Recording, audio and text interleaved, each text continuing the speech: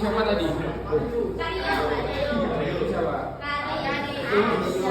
Saya sebagai nanti bisa saya kan banyak ya artinya ya, ada yang antara teman, sahabat, atau mungkin pacar. Nggak boleh. Oke, rasa mungkin terserah, mungkin pengalaman atau coba.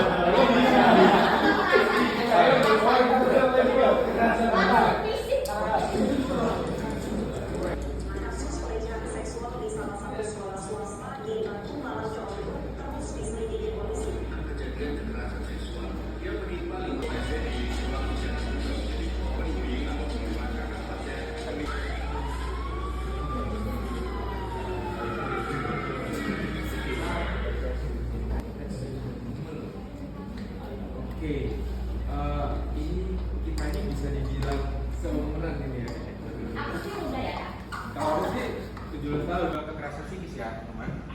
Jadi di kekerasan psikis ini biasanya lebih tertuju kepada korbannya.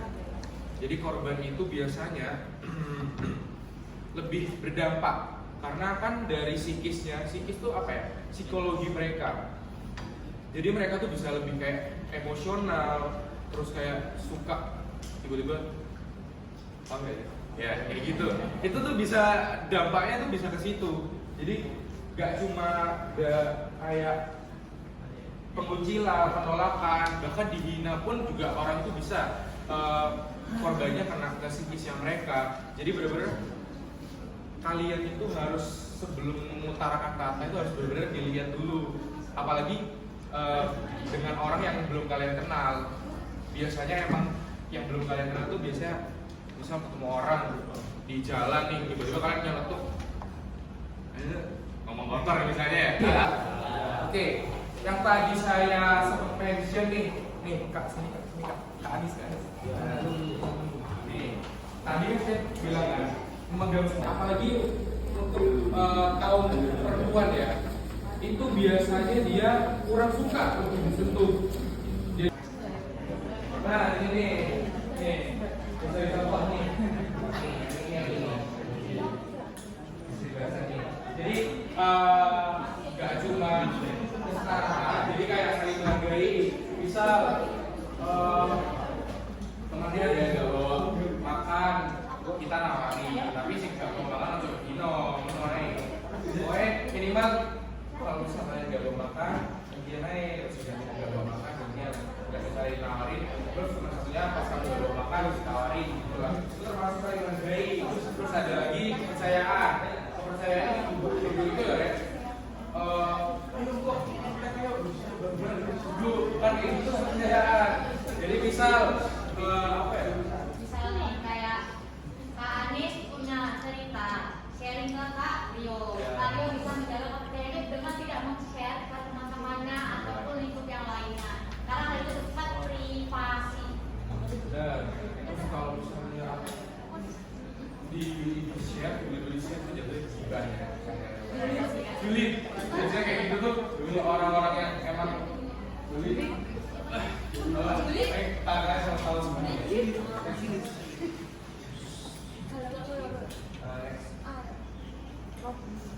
Nah, ini jadi kalau share itu jatuh gibah ya. Julid, biasanya kayak gitu tuh. Keluarga pekerjaan dan hal ini memecah rentan stres. Benar nggak? Umur 25 nih, yang cewek belum nikah, kok belum nikah sih udah tua loh. Nanya, kapan nikah? Udah di kalau umur 25, laki-laki belum dapat pekerjaan yang mapan, masih serabutan, dipikir kok kalian kerjanya belum bener.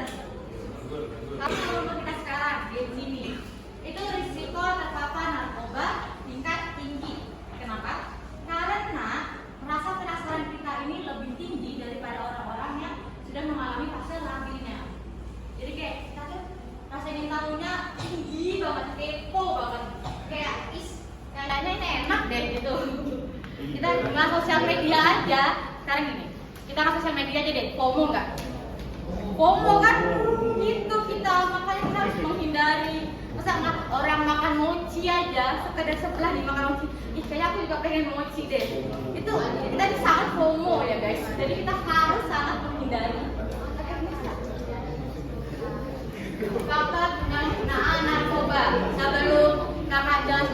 siapa aja sih yang tahu jenis-jenis narkoba yang kalian tahu itu apa aja? Sabu, narkotika jangan dong. Sabu, ganja, obat-obatan, LSD, baru LSD itu dia kayak pil. Biasanya dia taruh di kertas itu.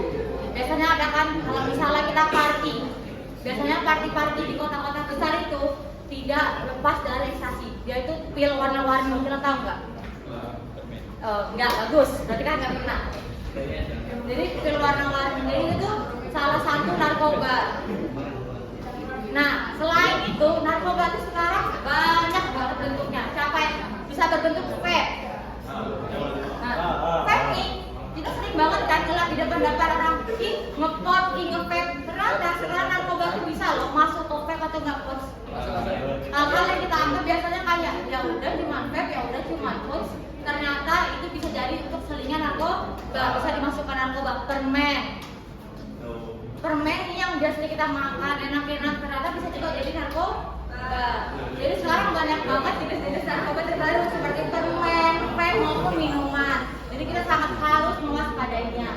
Nih, fakta penyalahgunaan narkoba. Pertama ada pengaruh sosial media, stres akademik, pengaruh teman sebaya, konflik keluarga.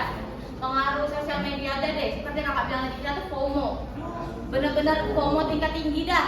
Orang habis bikin velocity aja kita ikut-ikutan kan? Ya. Itu kenapa? Karena kita sangat FOMO, kita harus benar-benar dapat edukasi cara menggunakan sosial media dengan baik.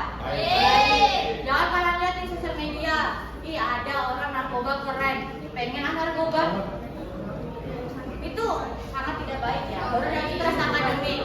Kalian pasti stres kan tekanan dari kayak, iya aku harus unggul. Sayangnya itu ada beberapa keluarga yang benar-benar menekankan anaknya untuk unggul dalam akademik bahkan harus peringkat 1. Tanpa disadari hal itu terjadi mungkin di sekitar kita tapi kita nggak sadar ya. Orang-orang yang dapat tekanan ini biasanya itu rentan stres sehingga dia bisa menggunakan narkoba untuk memperbaikinya. Pengaruh teman sebaya. Ini ada yang jelasin Kak Rio. Kenapa relasi itu penting? Relasi yang baik membangun kita lebih baik, relasi yang buruk akan menjatuhkan kita ke jurang. Karena pengaruh teman sebaya ini sangat berpotensi besar dalam penyalahgunaan narkoba. Sesimpelnya gini, kita berteman dengan orang pengguna narkoba, pasti dia bilang kayak gini, ih nggak keren banget sih, orang lo narkoba lo bisa, aku loh ikutin yang sekarang hidup, rokok deh, simpel rokok, aku lo ngerokok masih hidup. Banyak kan orang bilang kayak jangan ngerokok itu merusak fisik. Loh, aku ngerokok, aku hidup, bapakku ngerokok aman-aman aja. Itu tuh termasuk salah satu pengaruh teman sebaya karena tidak bisa menjaga diri sendiri. Baru konflik keluarga. Sayangnya kita semua itu tidak lahir dari keluarga cemara atau harmonis. Nyatanya ada beberapa dari kita mungkin broken family atau enggak broken home. Broken family ini merupakan anak yang dapat dampak dari perceraian orang tua. Sedangkan broken home itu orang tuanya masih utuh, di rumah itu masih berjalan, tapi peran ayah atau ibunya itu sudah hilang. Kalau merupakan satu, kedeks lagi, bisa kita stres, kita pakai narkoba lagi, itu berkurang lagi energi kita. Kalau misalnya saya merasa dibully atau dihina, apakah boleh kita membalasnya sampai membunuhnya kawan? Bener-bener kayak nanti habis ceritanya, Kak Rio gini, baru Kak Rio, tahu nggak, harus kayak gini, itu nggak boleh.